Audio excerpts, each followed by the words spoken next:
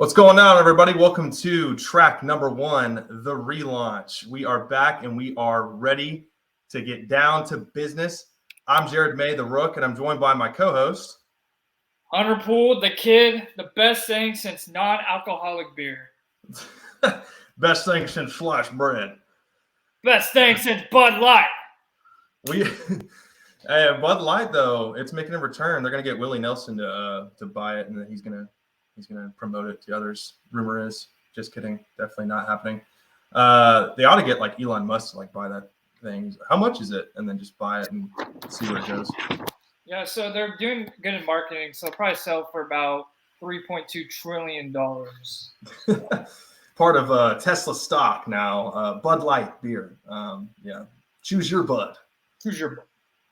Yeah. So, well, it has been a while since we've been back on the pod, but we did some professional rebranding, and we're super excited to get it going, man. I'm glad we're back. I kind of had butterflies before we started because I was like, man, I haven't done this in a while, but I feel like we are just so much more prepared and ready to do them now than we were back then, and we had some time to think. It was almost like a Japanese warrior just like with a samurai sword, almost getting ready to kind of put it in his belly, just the final blow, and like that samurai sword, and just he didn't do it. He rethought it and said, man, I can honor my father if I just, shape up my act. And I feel like that's what we did, and that's what we're doing here.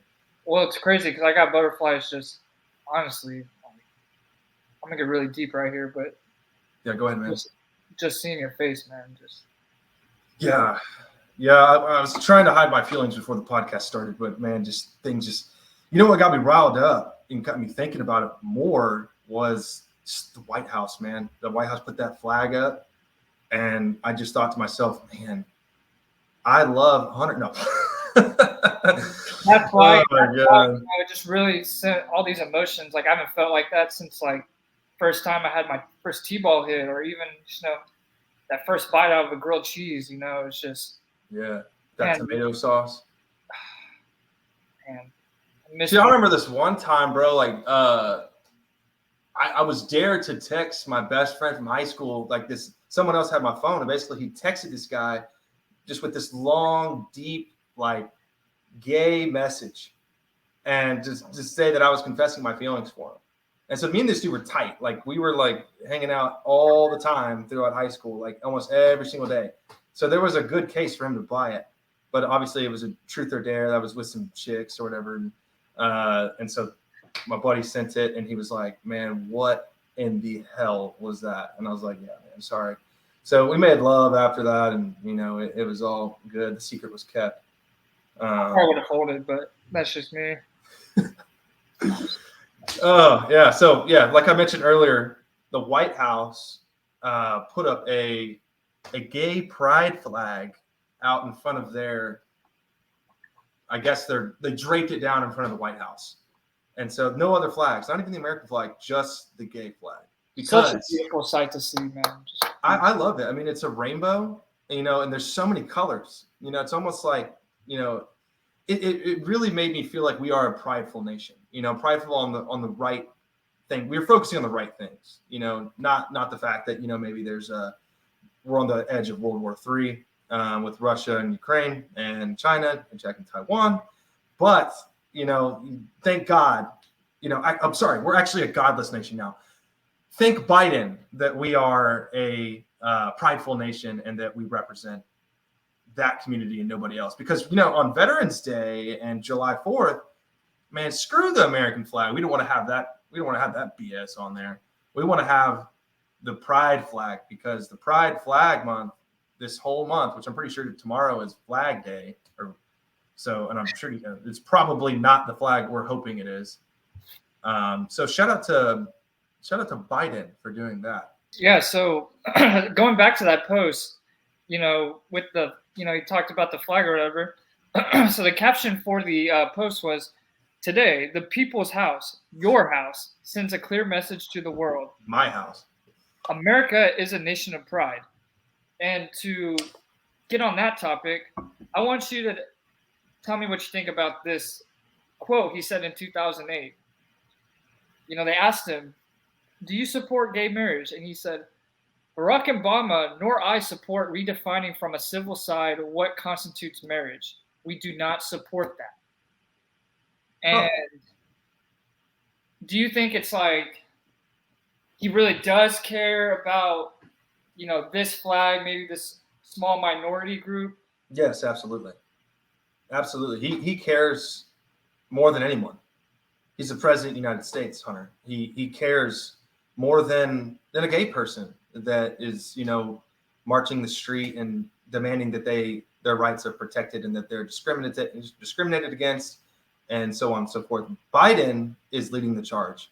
I want you to picture this image. When George Washington is going to the Delaware, that famous picture where he's on the boat with the Americans and he's holding the flag. Mm-hmm. Picture Joe Biden and the gay flag instead, and then have a bunch of like purple-haired chicks behind them, or thems behind them in the boat, because they're plunging the way forward for this new great reset. But in all honesty, and without all the jokes, no, he's a liar. He's always been a liar. He said multiple things back. He has changed his mind about so many different things. And that's just the pure definition of a politician. And, we debated before, during our rebranding stage or whatever, that if we wanted to cover politics, stuff like that, but because we've always been interested in it, but we know it's like a hot topic, but I think it's only right that we do. And people need to hear, what's going on out there and get educated, even if this is, partly a sports podcast. But yeah, like it is something that, all Americans should be aware of is, Biden, he's 82 years old. No, not a lot of people want to see an 82-year-old man finish his second term at 86 years old. Insane. Like the other day, and before, I guess I'll mention this quickly, and I'll let you talk about what you think about it as well. But did you see him?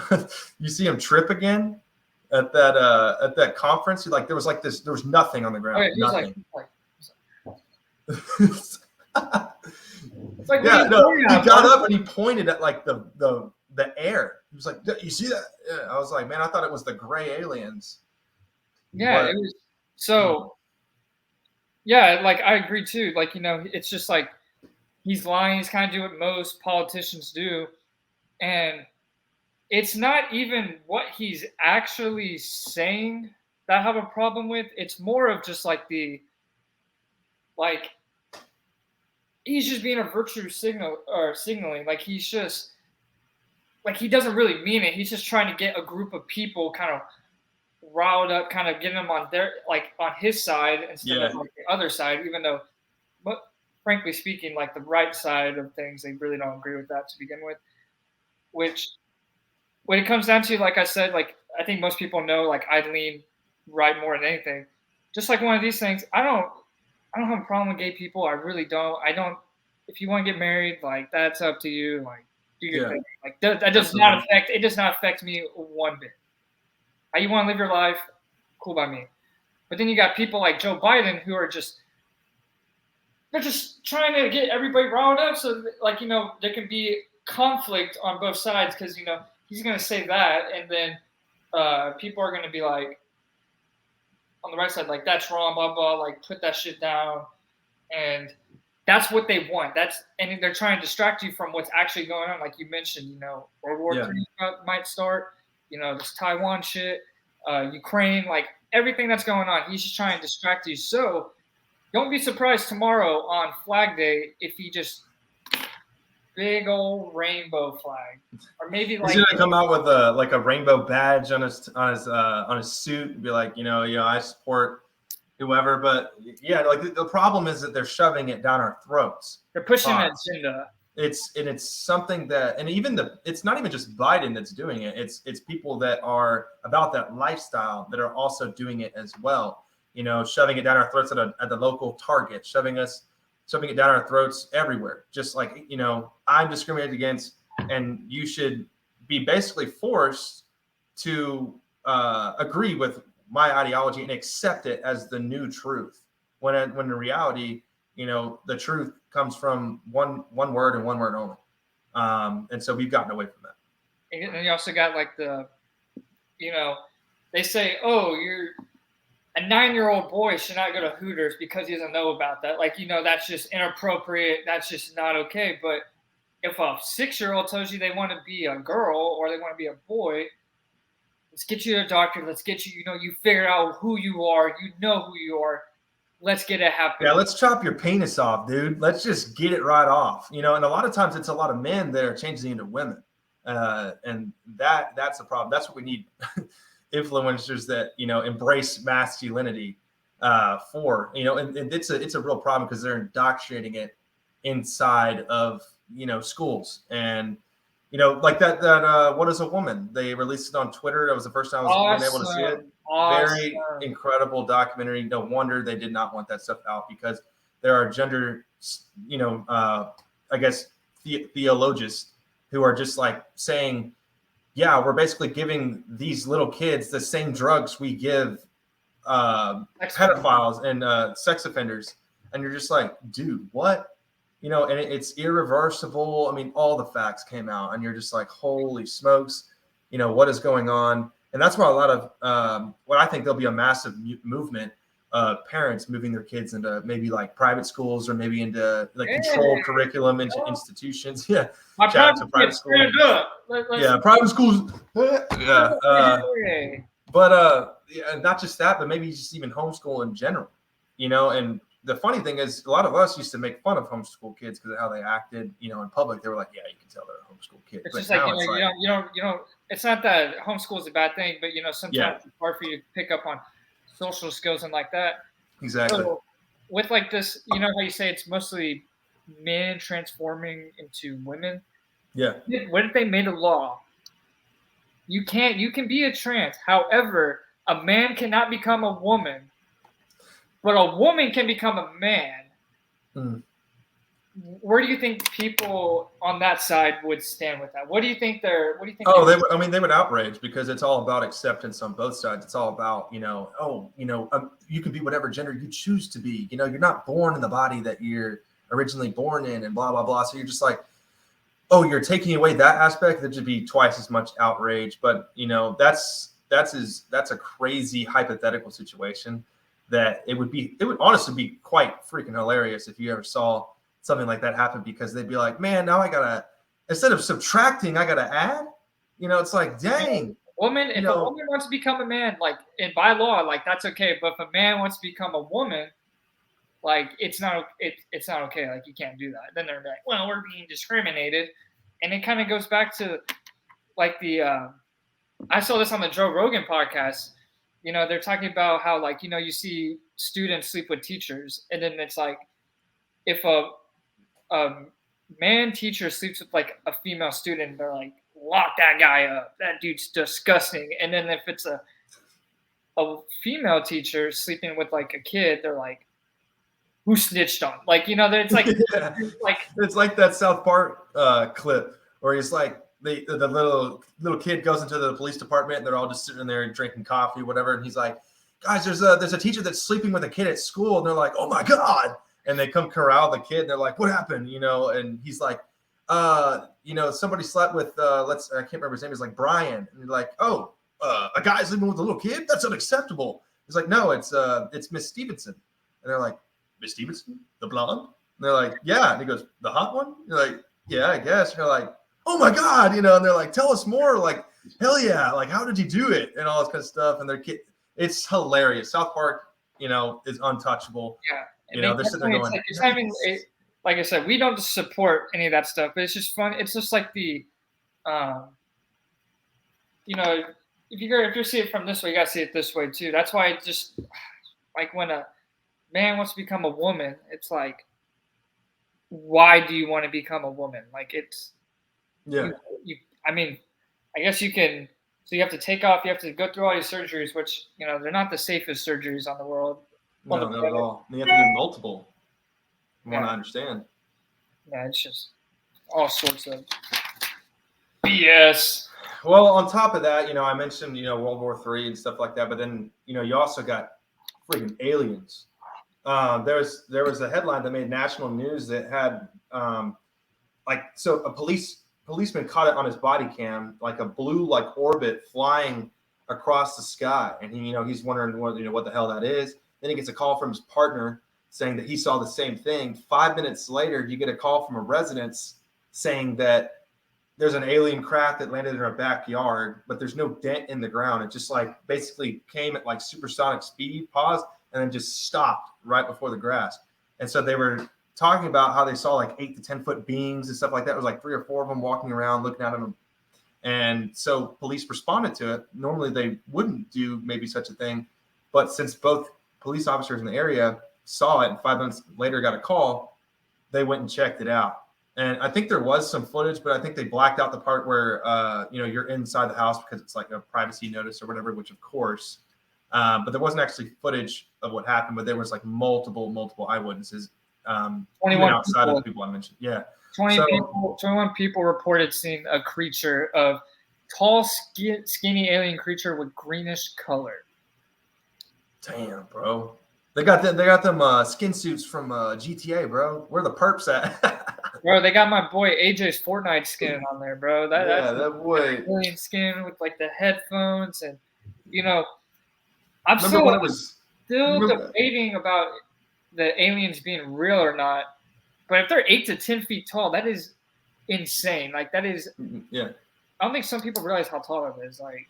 Well, there's some people that say there's like different kinds. So there's I think they're called grays. There's the tall ones and the short ones, and the tall ones are the ones. Yeah, the tall, yeah, they got the Hasbullas, and you got the Shacks, but the tall ones apparently like communicate with you more than the small ones. The small ones do like let the tall ones do all the work or something like that. But what I also learned is that according to a lot of the documentation and stuff that like people like Tucker Carlson has gathered, they actually, most of the reports say they're not coming from the sky because we'd see it through our atmosphere. They're actually coming from underneath the water, which that is extremely crazy. Like going into the water and coming out of the water at like 1.1 miles per hour. And that is why I do not fuck with the ocean, because I don't know what the hell is down there. Yeah, no, like seriously. But I've always said, the Bible says that that hell is buried deep beneath the earth, and metaphorically. And so I was thinking, holy smokes, like this could be what I think it is. And, I think there was one guy that had a theory that it starts with a J. It's like Jeff Bunsk or something like that. I don't know his name, but he basically did a deep sea dock underneath water to where he, at the very bottom of the ocean, he saw this like flat plateau of like neon lights, but there was a surface underneath it, almost saying that you could break through almost like a firmament of water to get to a different location. And who knows, maybe that's where they're coming from. I don't know. I have a religious outtake on aliens, but so where do you stand with aliens? You think they're real or not? I think, and this is going to sound crazy, if you don't know what I'm talking about, read Genesis. So there are beings known as the Nephilim, and basically they are fallen angels that bred with women on the planet. So God, there was a spiritual war when the earth was created, which created Satan, bounced him to hell, along with a third of fallen angels. And those fallen angels, had sex and stuff with like the women on the planet, which made Nephilim, which were giants. Hence, David versus the giant. And so a lot of people think that are, religious, think that the pyramids were actually created using the technology from the Nephilim. And so the Nephilim actually, I'm going theory to theory here, but there is also a theory. Stay on topic. It's coordinated. It's just a crazy loophole. It's a crazy rabbit hole. But basically, that the technology and the mythology that the Greeks came up with Zeus, Poseidon, and stuff like that are actually, they're Nephilim. And that's where they get their mythology from. But anyway, God flooded the earth because of the wickedness of the earth. Nobody was following his ways. So Noah's Ark and all that. There's plenty of proof from every different civilization that there was a flood. So a flood happened, whether you believe in the Bible or not. A flood did happen, and it wiped out most of the Nephilim. However, I think they're returning because I believe that we're in the end times, like the end times. I think this is it. And I can go way into that, but we'll probably get way off topic. But I believe that they're demons. I believe there's a spiritual warfare consistently going around, and more so than ever, especially with AI and Neuralink, the devil is more present than he's ever been, and so is God. So that's my take. I don't think aliens are real. I think demons are real. Yeah. But, disclaimer, I don't know what the hell I'm talking about when it comes to aliens and stuff like that, because I don't know. I have no clue. It's just theorizing. It's speculation. But that's what I've gathered from my rabbit holes that I've been through. It's provocative. It's provocative. I'm peacocking here. I'm peacocking. What does that even mean? But yeah, I don't know how. I don't have like an actual opinion on it. I'm more of like, I think there is something. I think there's something out there. I don't know if it's an alien or aliens, I should say, but we like to listen to people like Matt Walsh and Ben Shapiro, and they agree with each other about everything, most part, except Matt Walsh is a big alien guy. He thinks there's aliens, and Ben Shapiro's like, no, there's no aliens. And they kind of have a debate about it. It's pretty interesting. It was on the Daily Wire. Isn't Ben Shapiro? He's Jewish, right? Yeah. So they're pretty hardcore on religion. So something like that, maybe. And I can't speak for Jewish beliefs, but I'm just saying, like, maybe something like that ties with his religious beliefs, where he's like hardcore on it. But it's always a fun topic because it's that like that uncle at the dinner table that's always like, laughing, everybody's having a good time. He goes, yeah, so what do you think about aliens? And then it gets all serious, and you're like, what? Yeah, you're like, all right. Yeah. Another report said that they're also attracted to nuclear energy, and that people have like actually suffered like brain trauma. Like, this is also from Tucker Carlson. I found out about it when I was listening to the Nelk Boys podcast with Tucker, and he was saying that a lot of people have like suffered serious brain trauma because he knows the brain doctor that basically evaluated these people and said that people have died and have suffered severe brain trauma from being too close to these like crafts, like because they actually interacted with it. But again, I don't know. What do we know? We just do a podcast. What do we know? We just your Joe Schmoes. Joe Smokes. Yeah, but tell me a little bit about this Sue Bird stuff with Megan Rapinoe. So for y'all who don't know Sue Bird is a women's NBA basketball player. Oh. And, yeah, so Oh, yeah. That's wonderful. Let's move on. No. I'm just kidding. All jokes. Before we get into that Sue Bird about the comment that was made about her, about what would you say about a month ago is when they did the comment about BG, the coach who was like, yeah, why wasn't the stadium filled out? Why wasn't the arena packed up for BG? Like, come on, LA. Like, it was a good time, but come on, we can do better than that. It's like, wasn't LA in the playoffs during that time? Like, no, like the Lakers. Yeah. Yeah. Oh yeah, it was just like a random, just like. First of all, I don't think there's ever been a sold out women's NBA game. I could be completely wrong. If y'all know about it, hit me with the fact checks because I have no idea. I couldn't name one with the fat checks. I can't name one important women's NBA basketball game ever. And obviously, BG, who needed to come home, welcome home, BG. They did not even sell out the arena, so obviously nobody gives a shit. I dare you to name it. So if the Earth depended on your WNBA team to win against another 5, like let's say my 5 WNBA players, what 5 WNBA players would you choose to win? And for the fate of the universe, you got the Martians, to quote Max Kellerman, you got the Martians, got the laser beam pointed down at Earth. Let's just hear your 5. You know what's funny? Just to show you how cultured I am about this, I'll tell you who I would take. Oh, God. I would take I'm gonna go random 5. I'm gonna go Candace Parker. Oh, yeah. I'm gonna go Breanna Stewart. I'm gonna go BG. I'm gonna go. Let's see. What is that? Is that 3 or 4? That's 3. I'm gonna go Kiana Turlus. I don't know her name, and then Lisa Sparks. 5 right there. Sparks. You don't want Sue Bird? Okay, guys, I'll tell you why. After looking at these numbers, That's a solid lineup. I think that would beat a G League team. I would put the number 1 ranked 1A basketball team of the state of Texas against that team, and I think I'd take that basketball team, that 1A. So this quote that was said about her, it says, Sue Bird, she's about to retire. She's done it all. Right. Congratulations on arguably the best career anyone has ever had in the history of any sport ever. A lot of evers in there. What was that? It's a lot of evers in there. I know. It's not even in the history of the sport ever, in the history of sports ever, in this sport ever played ever. You're just like, it goes back to this topic. It's like they're trying to set up people for failure. She said any sport ever. So this is a woman. So now you got to do the comparing. Now you have to compare women's sports to men's sports.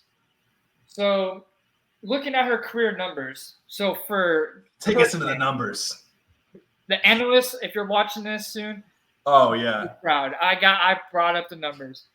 Her career numbers per game is 11.4 points, 2.4 rebounds, 5.5 assists, 1.2 steals, and 0.1 blocks. That's like a block every 10 games. If you look at some NBA players in today's time, that's like TJ McConnell. I'm trying to think of people. Keldon Johnson. Just like 11 and 5. What are you got NBA players doing on the first 2 seconds? So, dude, Waterboy has better numbers than that. Jeez. I'm pretty sure Troy Bolton averaged more in his career before he get your head in the game. And it's funny is Troy Bolton averaged more points than all this, and that was wanting to be a singer. So it tells you, the difference, and there's levels to this shit. So then I see everybody, knocking on her per game total for her career, and I was like, the disrespect. Let me go more. Let me go more in depth with these numbers. So then I was like, let me get career total numbers. So for her points for her career is 6,803.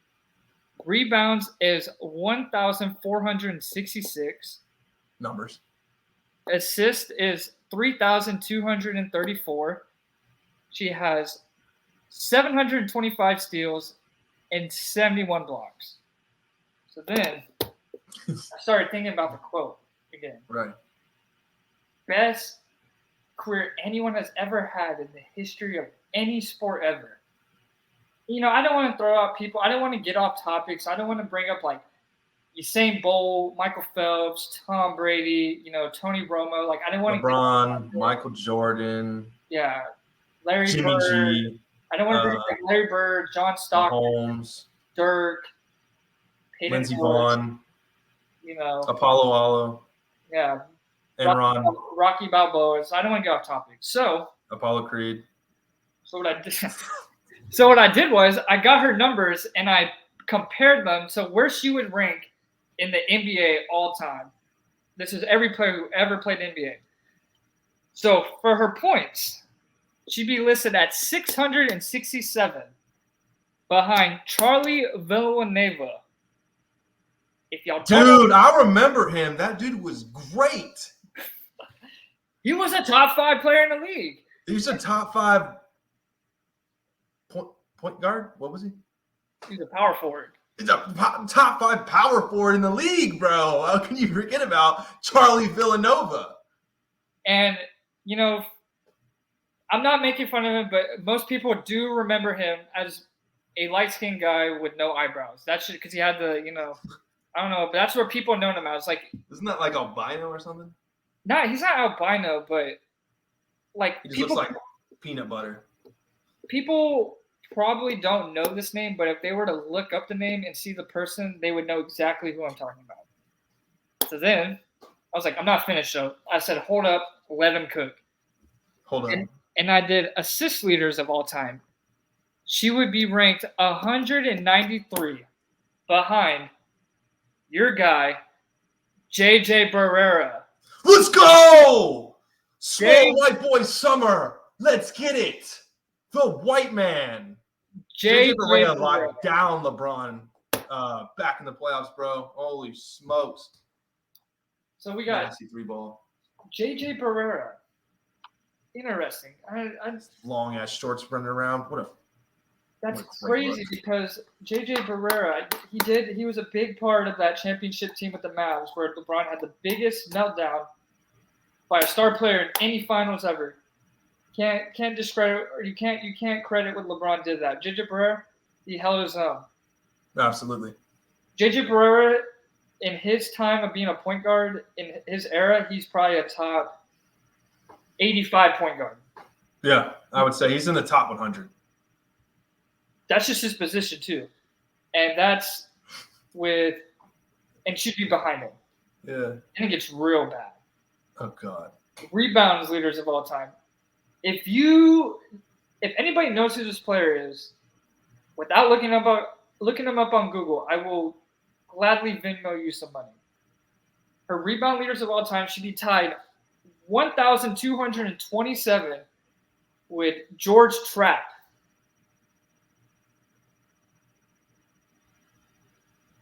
Does anybody know who that is? Jerry, would you like to comment? Do you know who George TRAK is? Jeez, man. I'll let you. If you guess what era he played in, I will give you $5. The 90s. Nope, he played in the 70s. Dang, bro. This dude was solid back then. He was racking in them boards. Okay, what was his name? George TRAK? George TRAK, 2 P's. Well, that'll shut her trap. Jeez. Come on now. Yeah. And, hearing all those numbers, and I know I did talk for a lot, but, I had to be like the analyst. I had to get all the numbers out, kind of. Had to do it. So looking back at that comment that was made, can you name 5 people with a better career, people or animals with a better career than Sue Bird? Yeah, I'm going to go with Airbud. Started out, Airbud, I would say, probably had pretty solid numbers. I'd say Zac Efron, when he returned from 17 again, when he went back in time to play high school ball, I'd say he probably had, in one season, probably maybe had some better numbers than Sue Bird. I mentioned the Water Boy earlier. He probably as well had better numbers. Let's see. I really thought who is the homosexual basketball player that played in the National Basketball Association? Jason Collins. Jason Collins. I'm going to throw him in there, and then I'm going to have to put. I was about to. I'm going to put. No, I can't say that. I cannot say that. I'll tell you off air what I was going to say. I'm not going to say it on live. Good God Almighty. Let's go with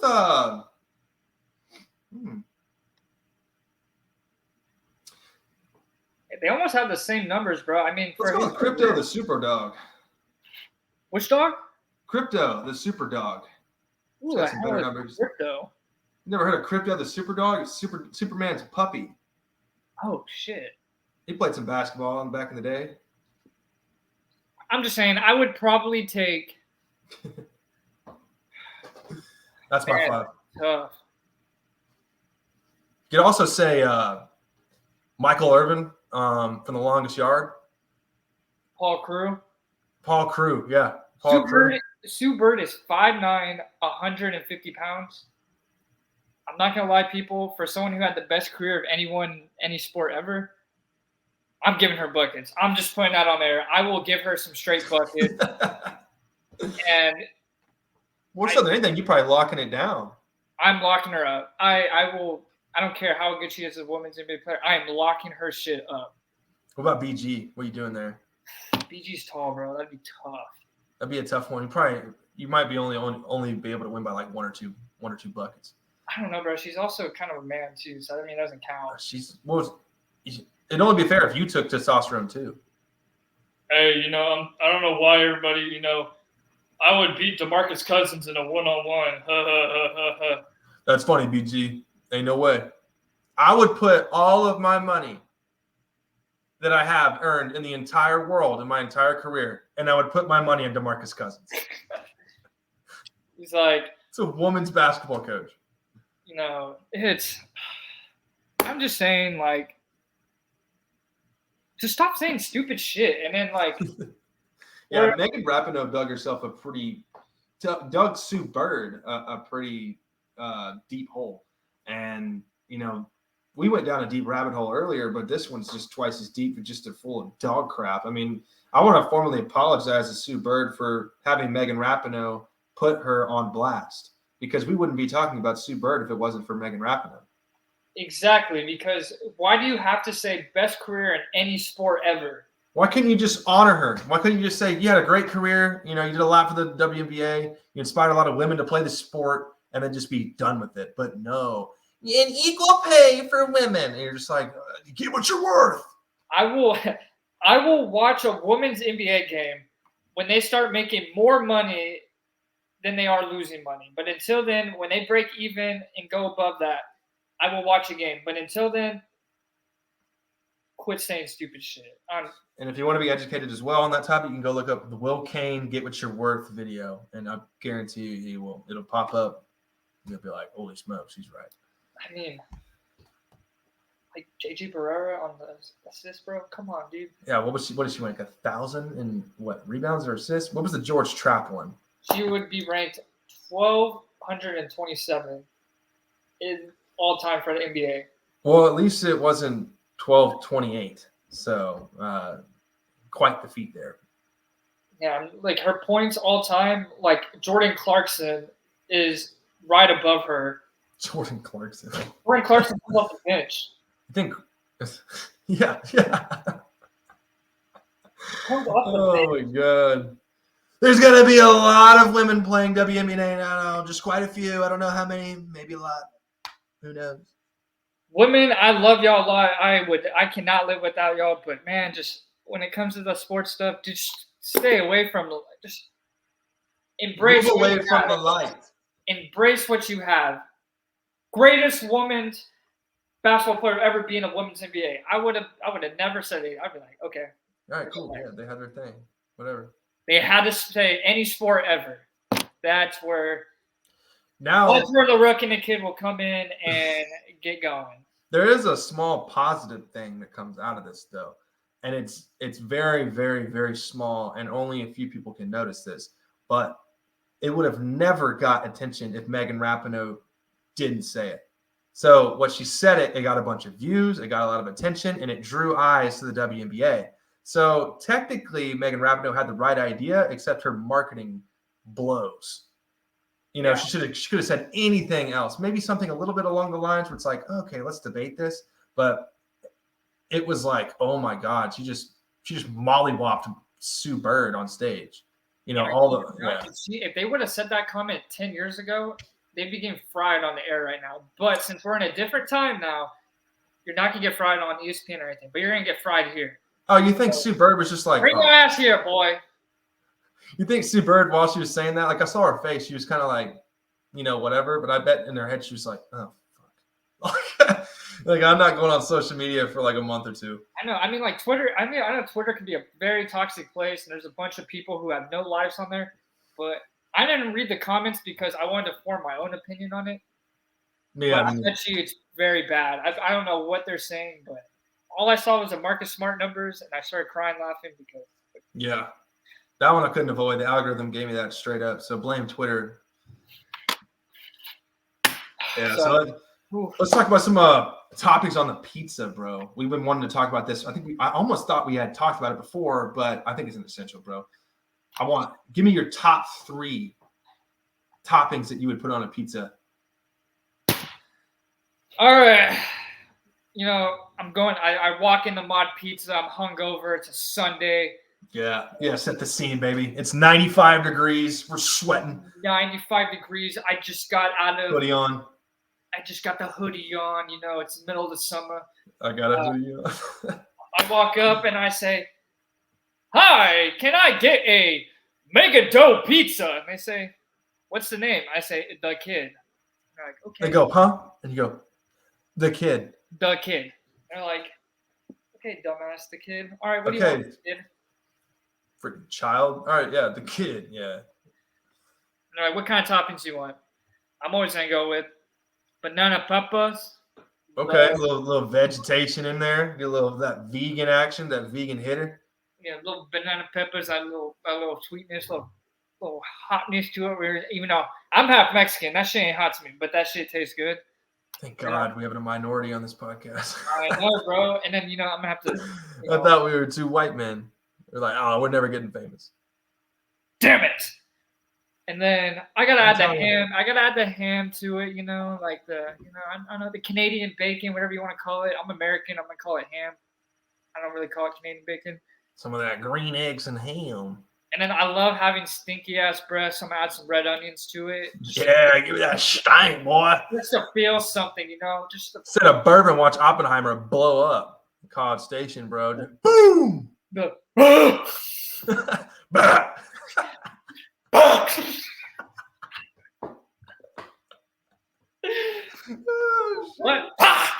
Oh, that's a good one. That's a good inside joke. Oh. Yeah, just sit there. You just watch the Sunday Night Football. You eat red peppers, ham, banana peppers, and jalapenos, and ranch, and grease, and shove the blue Powerade up your throat. You're just like, bah! Bah! He's like, bah! He's like, bah! I'm sorry? God. I'm sorry? What? Man, I wish y'all knew, man. I wish y'all knew. But let's hear your scenario. What kind of 3 toppings you're gonna put on your pizza? Dude, honestly, so I'm gonna be a little original here. I'm gonna start at number 3 off with the most original shit ever. Pepperoni is gonna be my number 3. I gotta have it on there. I gotta have that little bit of that meat on my food. I gotta be able to swallow some meat. Number 2, I've got pineapple. Now, this is only because you have to have some sweet and some spicy. And I know I'm against the odds here, but I'm going to go pineapple, maybe put a little jalapeno, a little bacon on there, which brings us to my first one, jalapeno. So jalapeno is number 1. I almost put mushrooms in there. I like mushrooms. I thought you were going to put mushrooms, man. Yeah, see, then again, is somebody like, if I go somewhere and somebody's like, let's get a Supreme, I'm just like, ooh. Whatever. I'll eat it because it's just food, right? But, at the end of the day, if I'm going to put my ultimate lineup together, it'll be pineapple, pepperoni, bacon, and jalapenos. Yeah, you get a little sweet, some spicy. They're like, let's get some Supreme Pizza, and you're like, ugh. And then you try it, you're like, this tastes like shit. Where's the damn beans? God damn it tastes like shit. Where's some damn beans? The beans ain't got no damn salt in them. You put some bacon. I told you put some damn bacon in there. What the hell is this shit? Shit sucks. What the hell are you putting these beans? Damn it! There ain't no damn bacon in there. You were supposed to eat my greens without bacon and onion. I hate onions. Why didn't you get chocolate ice cream? Shit sucks. Ugh. Shit sucks. Yeah, but I would no homo eat that pizza of yours. I'm just saying. Yeah, I'm a raccoon, bro. I'm gonna eat it. It's just food. Just fucking eat it. Should we start calling you Rocket? Yes, I would like that. Rocket the raccoon. Dude, if you haven't seen Guardians of the Galaxy 3, go watch it. That includes you right there. Go watch it. Go watch it, boys. I have not seen it yet, so I'm telling myself that. Yeah. Boycott Marvel. No, I'm just playing. Shout out to Chris Pratt. I'm super excited for this new segment that we're gonna have every single podcast. It's called Deluxe TRAKs. It's basically our halftime rundown, and we're gonna give you some, news, political, and sports highlights, maybe from what's been going on this week or recently. Just some highlights to kind of go through really quickly, hopefully under 2 minutes. That way you can kind of get the information, then we move on and get right back to the podcast. So this is our first edition of Deluxe TRAKs. So we're going to start off. So Morgan Wallen was recently cleared to sing again. So his doctors have cleared him to sing, and he will be back in business singing at concerts on his readjusted tour schedule. Josh Allen was recently named the Madden 24 cover athlete, despite leading the league in interceptions since 2021. Don't buy that game. That shit sucks. Don't buy Madden. That game is terrible. I have a bunch of friends telling me you should go buy Madden, get the next gen console. You need it, and I'm like, no, I don't need that. And then big news ahead in the golf industry: the LIV and the PGA Tour are merging. So the LIV Saudi Arabia brand and the PGA American Global whatever brand are merging as one. Official as June 6th. And some players such as Bryce DeChambeau are claiming that we should forgive the Saudi Arabians for 9/11 simply because it was 20 years ago. And that concludes my portion of the Deluxe TRAK. So I'll hand it over to the kid. I can't believe you said that shit. But anyway, so a couple halftime. Last night the Nuggets won in 5. Jokic claimed the Finals MVP, Best Player of the World title. He also led the entire playoffs in points, rebounds, and assists with 600 points, 269 rebounds, and 190 assists, which in reality, in one playoff, he has 3/4 of Sue Bird's whole career in one playoffs, just to show you how different these people are. Then we also have Jamil Hill out at Spotify after she demanded a black influencer to be paid like Joe Rogan. And I don't care if you're black, brown, white, purple, rainbow, exotic green, nobody is getting paid like Joe Rogan because Joe Rogan is the number one. Everyone should strive to be him, but nobody will probably ever beat his podcast. Fantastic podcast. Jamil Hill, every time I hear you speak, you just speak nonsense. You piss me off. But keep speaking, though. I think free speech is okay. I'm just saying you're not as educated as you think. So quit. And the next one is I saw the new Spider-Man multiverse movie. If you haven't seen it, that's another great movie. Probably the best animation movie I've ever seen. And if you are on acid, do not watch it. You will probably. I don't support drugs. Good advice. For all the young kids in acid, don't do acid and watch Into the Spider-Verse or whatever. A comparison, I would say, it would be like watching the LSD A$AP Rocky music video on LSD. So it'd be the exact same thing if you were on acid watching that movie. But great soundtrack. Shout out to Metro Boomin being on there and everything. And that will be the Deluxe Tracks of the week. Gah! Gah! Morgan Wallen. Gah! New album. Gah! Gah! Right. Gah! No, I'm sorry. Deluxe Tracks brought to you by nobody. That was under 3 minutes, I believe. So good job. So there have been rumors that Dak Prescott has been, geared up for maybe a new contract coming up in 2024. I know you're always rolling your eyes at Dak Prescott topics, which is funny because we mainly cover the Dallas Cowboys. So the Romo Sapien, which is the kid, is going to be, it's going to be tough. It's going to be a tough road because, Romo's not playing anymore. So, we get that recency. Oh, yeah, Dak Prescott's playing and there's no more Romo. But, we should always remember the greatness of Romo, which is why he's given the name Romo Sapien. However, we're talking about Dak Prescott here, who is going to have nearly a $60 million cap hit in 2024. And a lot of people are saying that, advising the executives of the Dallas Cowboys that maybe they should give him a contract extension before the season is over or before the season starts to kind of get ahead of the curve because they got some big players that need to pay coming up next.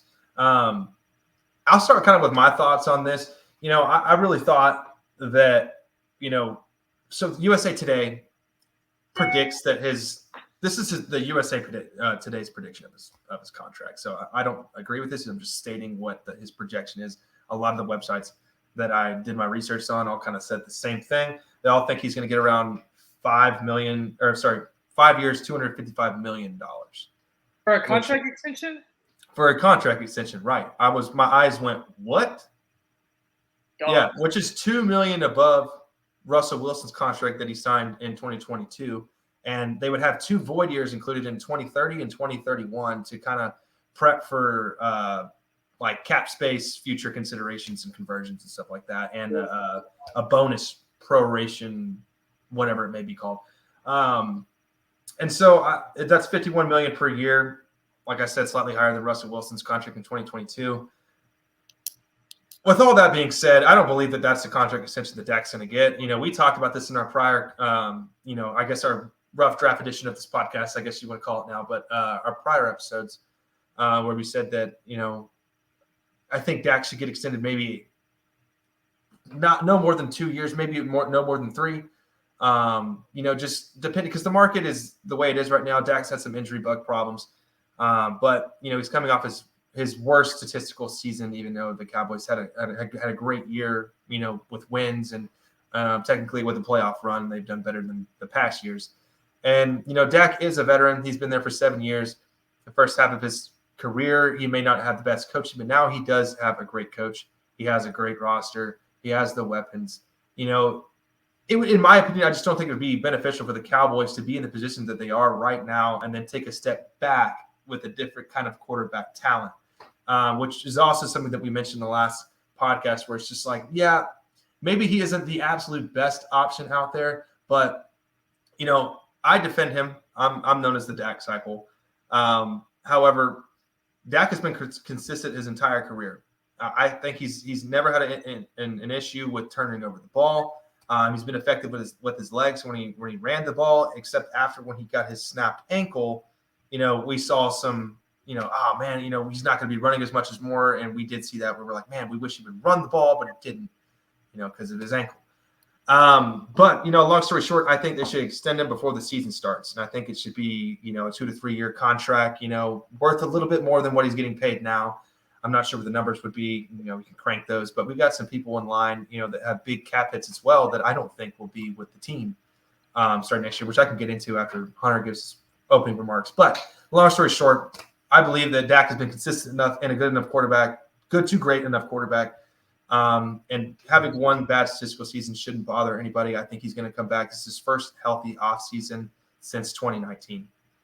So I'm very excited for what Dak has in store, but I'd like to hear the kids' thoughts on the Dak Prescott contract situation. So if US Today is somehow correct, would you want Dallas to give him that deal? I don't think so. I think that's a little bit ridiculous. Although he's like the only quarterback in the NFC in that position to get that contract. It's weird. A lot of the other quarterbacks are getting their first contract. This will be his second. I mean, he's one of the very few veterans in the league right now, which is a weird thing to say because it just seems like he's not young, but that he hasn't been in the league for too long. But I believe this is his 8th year. But I don't see that. I mean, I believe they did that for Romo, right? They gave him a big contract. What was it, in 2014 or so? Right when he really started progressing as one of the top 10 quarterbacks in the league. I wouldn't be like completely against it, but I don't see how we'd get around it with cap. Well, I mean, with like I mentioned before in other podcasts, you see on paper before the season starts this year, he has what he in his career probably the best, maybe not the best offense, but definitely the best defense for sure. But now, going into this year, right? Yeah, Amari Cooper and CeeDee Lamb, Dalton Schultz are, probably a better group than Brandon Cooks, CeeDee Lamb, and Jake Ferguson or Sean Maker or yeah. And then they have Tony Pollard, Zeke's gone. I think that after this season, he's the guy because he performed, he did this. I would pay him the extension again. I would be like, okay, I would bite the bullet, and even though he's gonna be worth $60 million for a cap hit, maybe less if he takes the extension. At least he's your guy. Now, giving him a Russell Wilson deal after or before the season starts, but you don't even know what he's going to do with this crew he has right now, I just don't think it's a smart business move. I think that you have to bite the bullet at least 1 year. And I think this is a year where you bite the bullet. You say, if we have to pay him more in the future, so be it. But you have to see, all the scapegoats are gone. Kellen Moore, Zeke, his ex-girlfriend who was smoking hot. All the scapegoats are gone. And it's just you looking Sorry, at it. Amber Alert. No, it's okay. So then you look at it, he had the broken thumb last year, then he hyperextended his knee, which it wasn't like it really, like, it wasn't like he wasn't injured, but he was hurt. You could definitely tell he was very, kept looking at his knee every time he would run, he would slide. He just like kept grabbing his knee. Yeah. He probably affected him a little mentally. And, So can I cut through and ask you like a quick question about that? Do you think that him hyperextending his knee and kind of toughing it out and playing through it hurt the team more than it helped them? Or do you think that, he should have gotten healthy and stepped aside? No, but by the time he hyperextended his knee, they were way too far in. I just think that if you would have had, like, if Cooper Rush would have kept playing, I don't think I necessarily would have had a problem because I don't know what could have happened. I just saw what happened. They went 4-1 or 5-1, 4-1, or they went 4-1. And I'm not saying they would have been better or been worse, but when you're in the middle of the playoffs, because I think he hyperextended his knee against the Bucks, or maybe it was like the Titans. It was somewhere where it's like it was the Bucks. It was in the playoffs. He took off running and then just kind of got hit in the knee as he was running. And you're balls deep in there. Like, you're gonna have to, there's no point in putting Cooper Rush in. And just looking at it, yeah, he missed 5 games. He had 16 turnovers, 15 of them interceptions, 1 fumble loss. He had 4 fumbles total, and you don't see, like, of course on the stat sheet it's going to show you 1 fumble loss turnover, but that's not going to tell you the 4 fumbles total. Just like when you look at his interceptions, where it's going to say 15 interceptions, but it's not going to tell you the ones that were intercepted, but also the ones where it should have been intercepted, but it wasn't. So you have to look at it from both sides of it.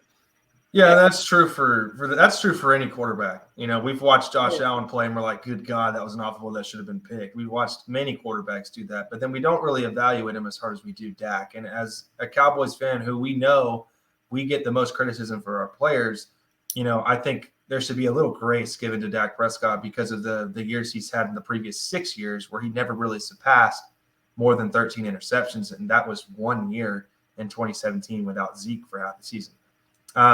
Which is why I kind of mentioned that he's never really had a turnover problem until last year. And it happens. Sometimes you're going to have those years. I mean, Josh Allen, a lot of people compare Dak to Josh Allen with, the interceptions or whatever, but, nobody ever talks about Josh Allen's interceptions. And so that's kind of my short, quick take on it as well. I think people are overreacting. I really do. I think people are overreacting. I think Dak Prescott's going to have a massive year in efficiency. I don't think he's going to blow up the scoreboard. But I think with this new offensive coordinator and stuff like that, I really do think that you'll see a high efficient offense where maybe you're not seeing Dak do as much as he has had to do in the past. Yeah, and I would not be surprised if they're saying how simple this offense can be. If Dak's somehow struggling, I mean, I wouldn't be surprised if they're just like, if Cooper Rush comes back, let's ride it out with him. I don't know. Come on, you know Jerry Jones better than that. I'm not saying it's gonna happen, but yeah, but you should know Jerry Jones. Drew Bledsoe Romo thing. It would be like the same. Yeah, but there is no Romo.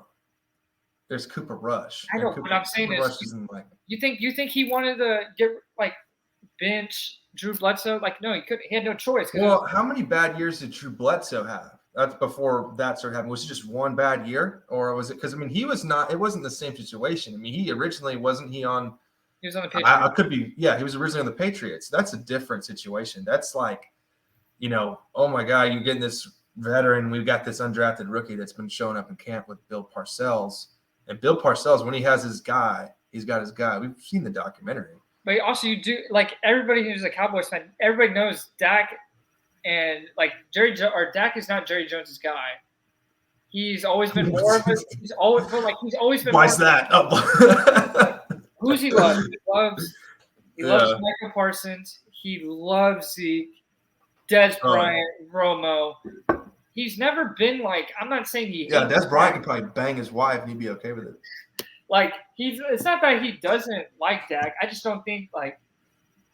I think if he was a cut ends with Dak, I don't think it would really hurt him as much as people think. I think he'd be like more than okay with it. I'm not saying I want, like you said, we always talk about it. I just want to win.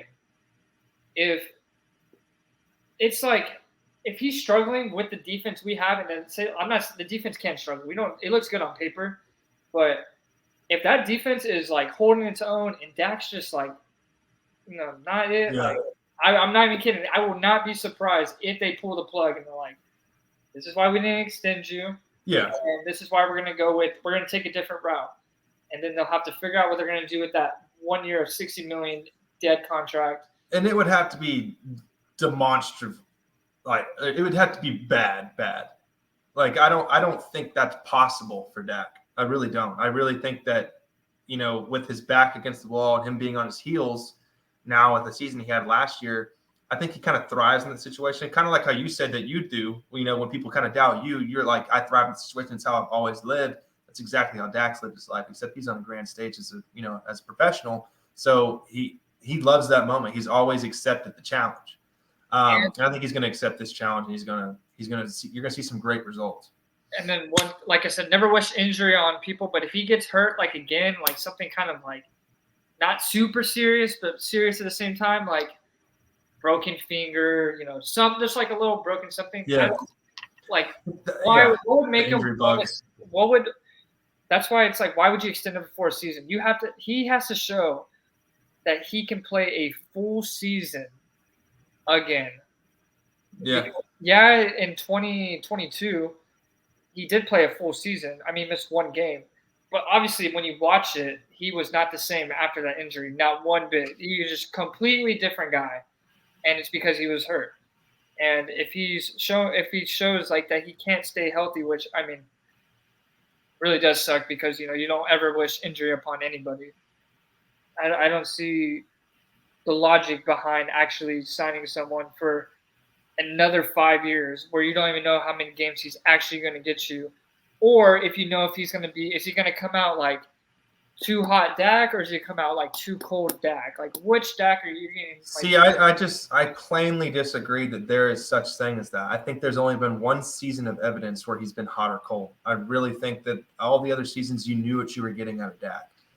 But obviously you can defer on opinions on that. But the one thing I think is important with the injury bug thing is the amount of times that Dak has been, had a season where his offensive line has had injuries and they're shuffling Tyron Smith to right tackle and putting a rookie at left tackle, then moving him to left guard and having Connor Williams without a holding penalty every play. That stuff like it sits with you as a quarterback. That's like when Romo got in the league, he had no question, the number one offensive line in the league. And everyone's like, yeah, well, he's so much more mobile. He's good in the pocket.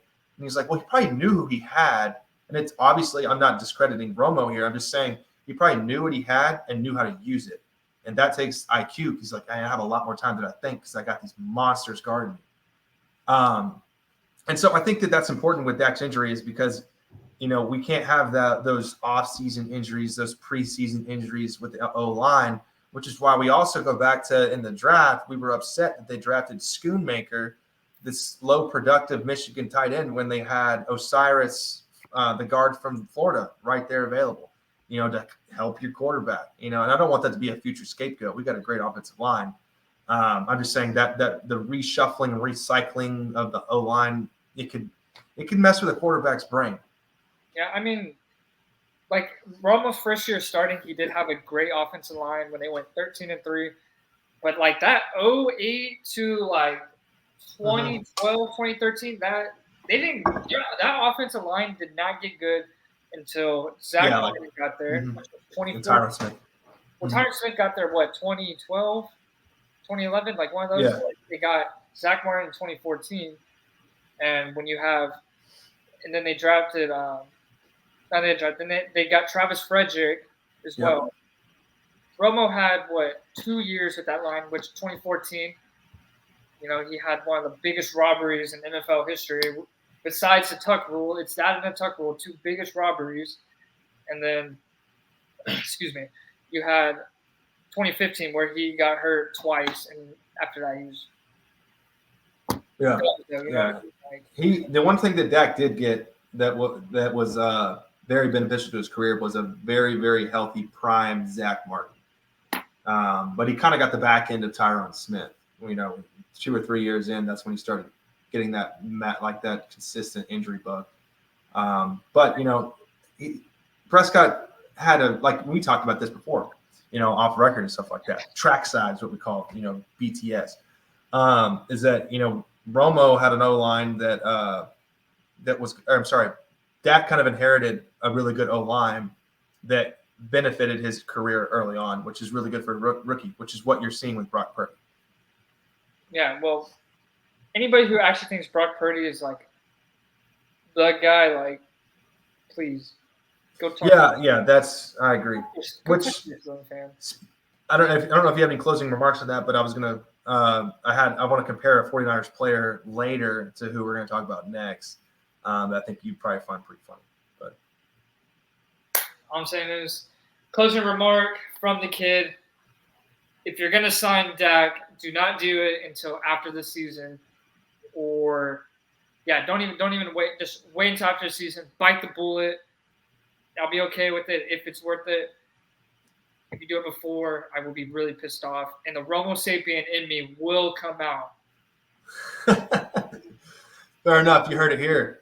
I'll be pissed. Per usual, 2 different opinions on Dak. I love it. So CeeDee Lamb, bro. Tell the people what you were saying on Twitter days before, more than a week before PFF. Through their eye emoji post out there. So we have this Twitter chat. It's our fantasy league. It's a couple of us. Off the books, off the record. Yeah, off the books. We have this Twitter chat, and it's definitely 24/7 sports basically. And I went in there one day. I went in on May 21st, and I said, this year coming up, CeeDee Lamb will be the number 1 wide receiver that year. However, that does not make him the best wide receiver in the league. And I said that, and I dumbed it down as much as I can. For some reason, people could not grasp what I was saying. So then I had to put it in perspective. It's like, put it in perspective. Why are people saying Josh Allen is better than Mahomes? Or how can you possibly make that? Or how is Jamar Chase better than Jetta? Stuff just little stuff like that. They're just because you have one great year doesn't make you the best. And I was seeing the production CeeDee Lamb has done with what's been going on, quarterback issues, other weapon issues, all that. He's always been solid. Second team All-Pro.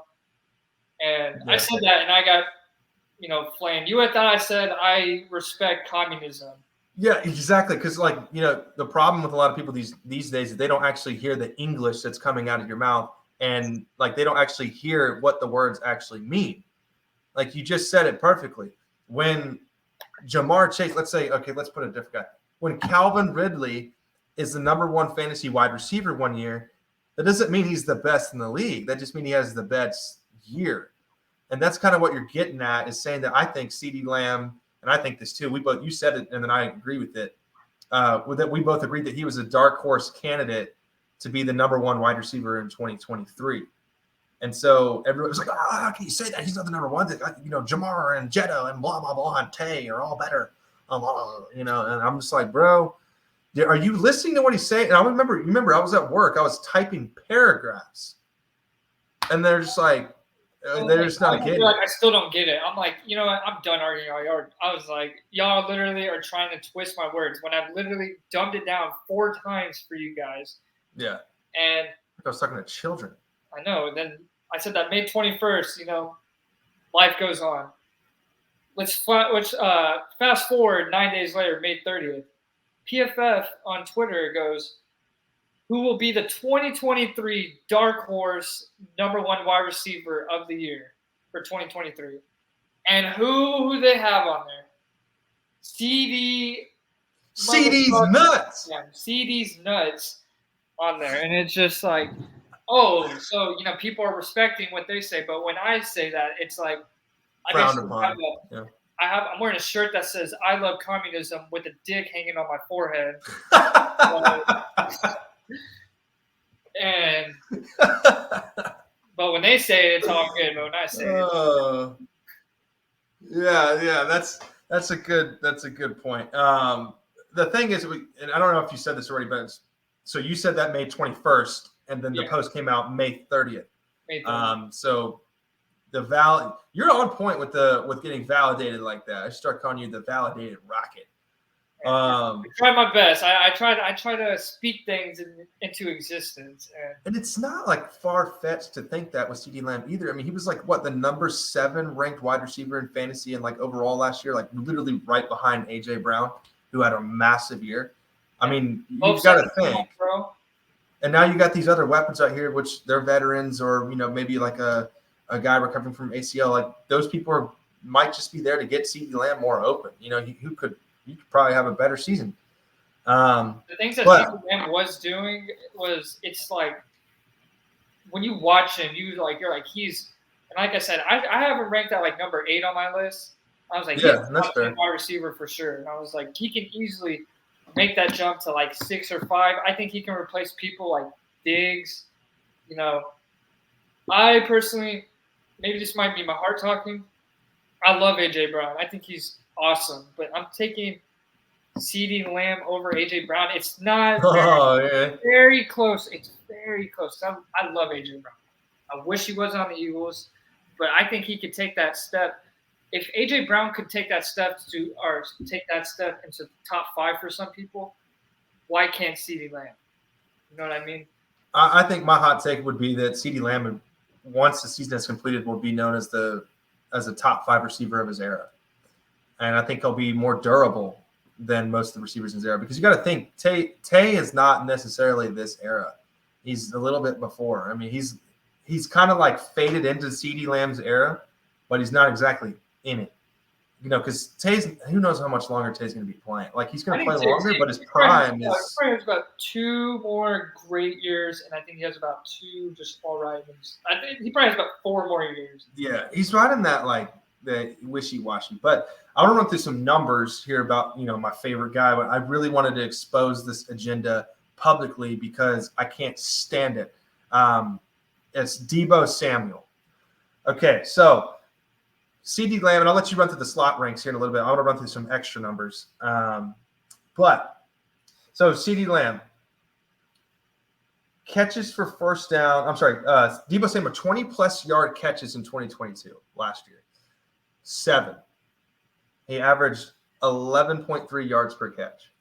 So my agenda of, more catching the ball 10-plus yards downfield for Deebo Samuel, who's basically a running back in my opinion, a great athlete, but not a great receiver. Again, listen to the English that I'm saying.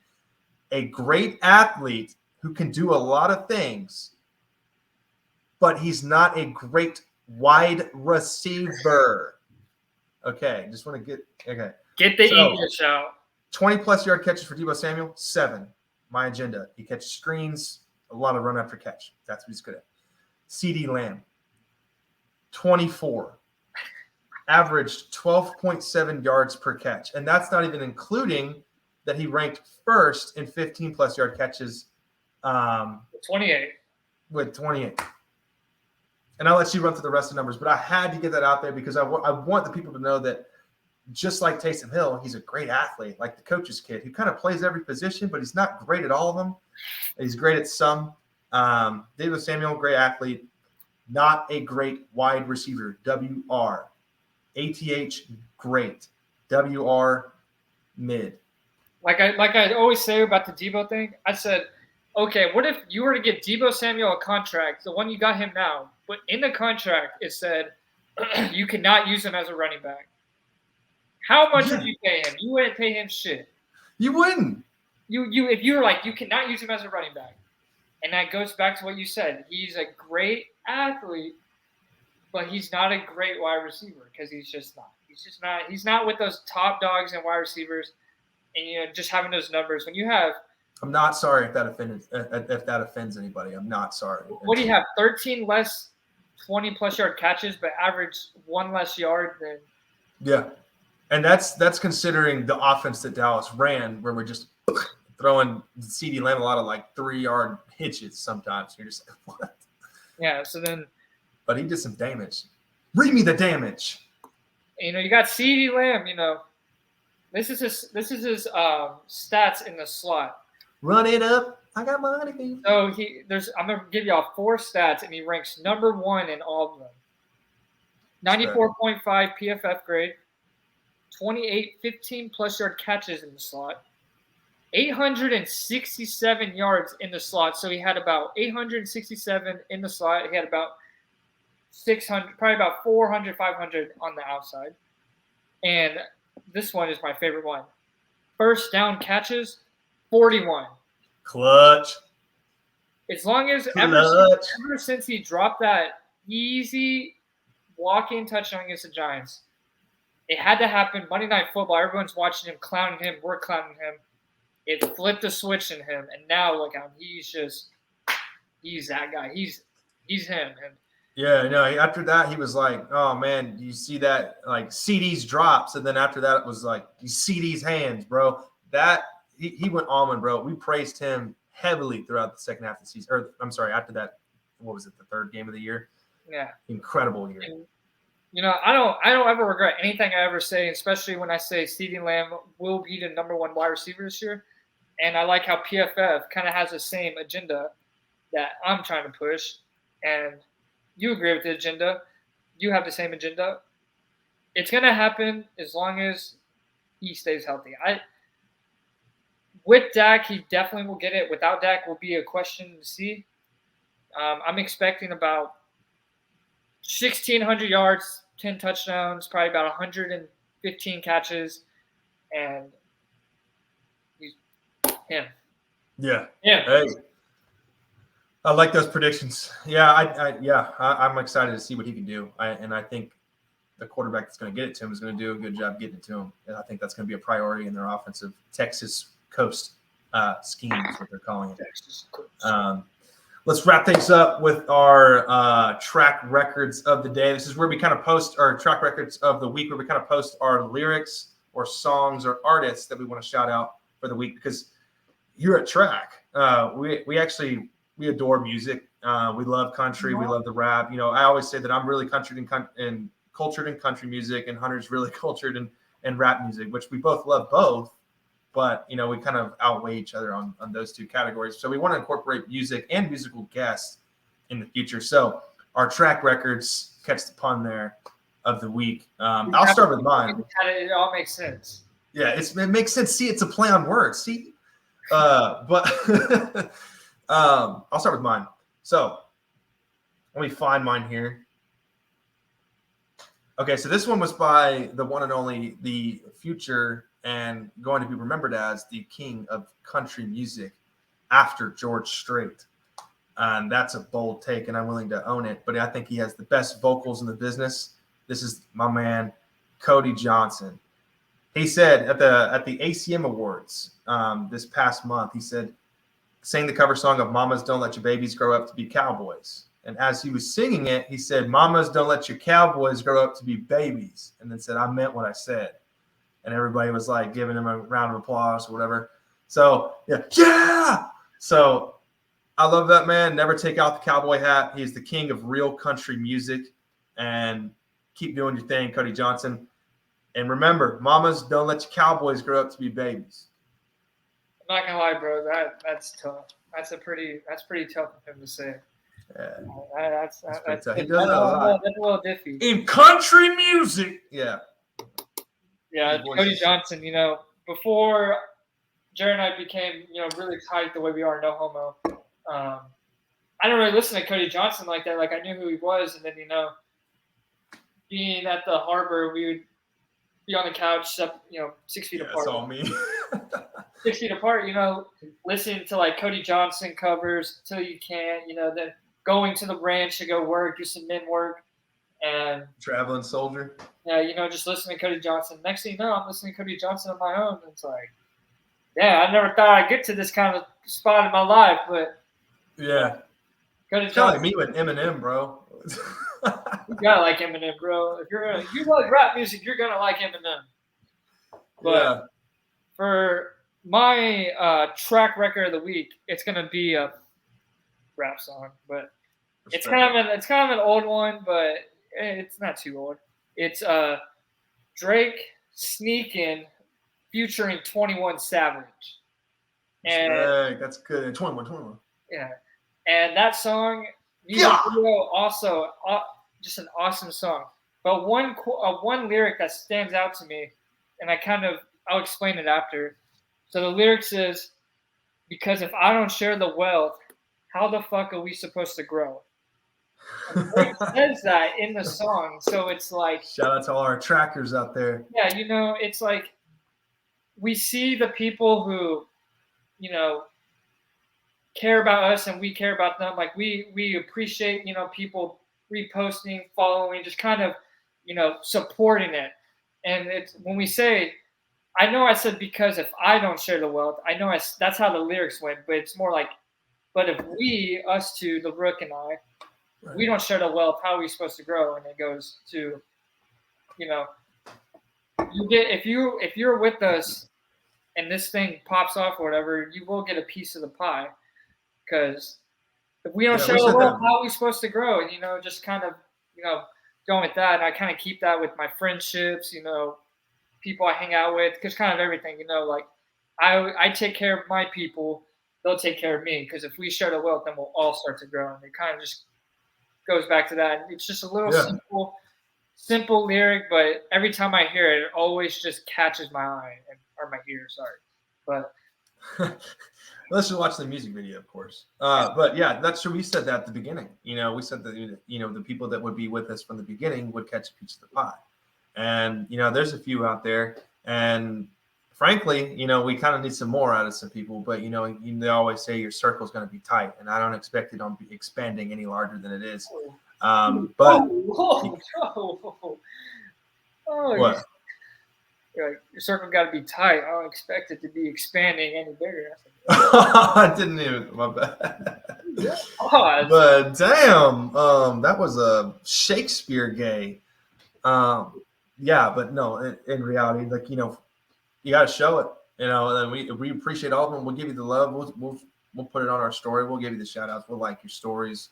Bring it on, do stuff like that. So yeah, I know we're not following a lot of y'all back on our Instagram profile, but y'all are giving us the love, and we're gonna try and give some love back. That's the way it works. So yeah, be there. That was a good hour and 25 minutes. That was not bad. I'm already excited for the second one. I'm already excited to get going. And so especially when we upgrade our equipment. God, I'm ready for that. Man, can't come soon enough. It should be cool hearing us on Spotify. Oh yeah. So yes, like Hunter mentioned, catch us on Spotify. Just search the TRAK podcast. It'll pop up. You'll see the Deep and Homelander on there. We're gonna have a new label soon, but for now, catch the Deep and Homelander on there when you search the TRAK Pod on Spotify. It's also going to be on YouTube at the TRAK Podcast as well, and content 30 to 1 minute clips will be dropping on Instagram as well at trak.pod. Then catch our personal profiles if you want to follow the host of the TRAK Pod, the Rook and the Kid, Hunter Poole __ and Jared May _ catch us. So, and that's Poole with an E, Poole. Don't forget it either. You'll remember May like the month. E for easy. Catch y'all next week. Next episode's airing every Wednesday. So appreciate y'all. Go follow the Thanks, Track podcast. Salute.